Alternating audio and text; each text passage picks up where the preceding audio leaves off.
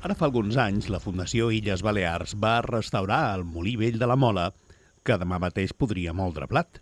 De la resta de molins de Formentera, hi ha alguns convertits en habitatge i en bon estat de conservació, i d'altres, com el molí d'en Botigues, que corren risc de caure si no s'actua.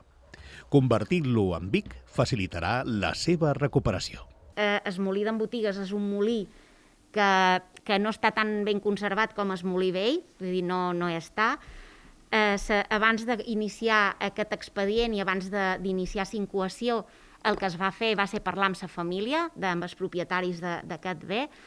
Per una banda, perquè la intenció és rehabilitar-lo, no vol dir que el rehabilitem igual que el molí vell de la Mola, perquè ja en tenim un que està molt ben rehabilitat i ja sabem com eren els molins, per tant potser no cal que tots els altres tinguin la mateixa fesomia i estiguin en tan bon estat o que vegem com era realment un molí en la seva integritat, en la seva totalitat, però sí procurar que el desgast i la degradació del bé no vagi a més. Entorn del molí s'ha delimitat un perímetre de protecció que inclou els terrenys vecins al bé protegit, el que ha generat incertesa en els propietaris sobre com podria afectar a futures possibles construccions o ampliacions, i per això els vecins van demanar una reunió informativa per aclarir aquest assumpte.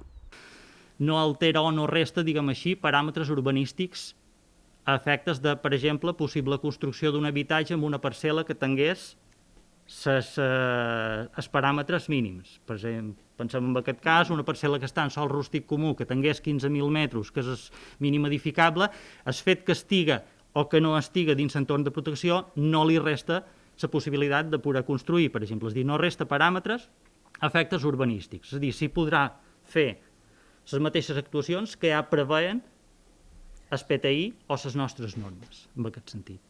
En tot cas, l'afectació només seria en casos en els quals l'alçada de la construcció pogués afectar la visual del molí i faria necessari un informe previ del Departament de Patrimoni.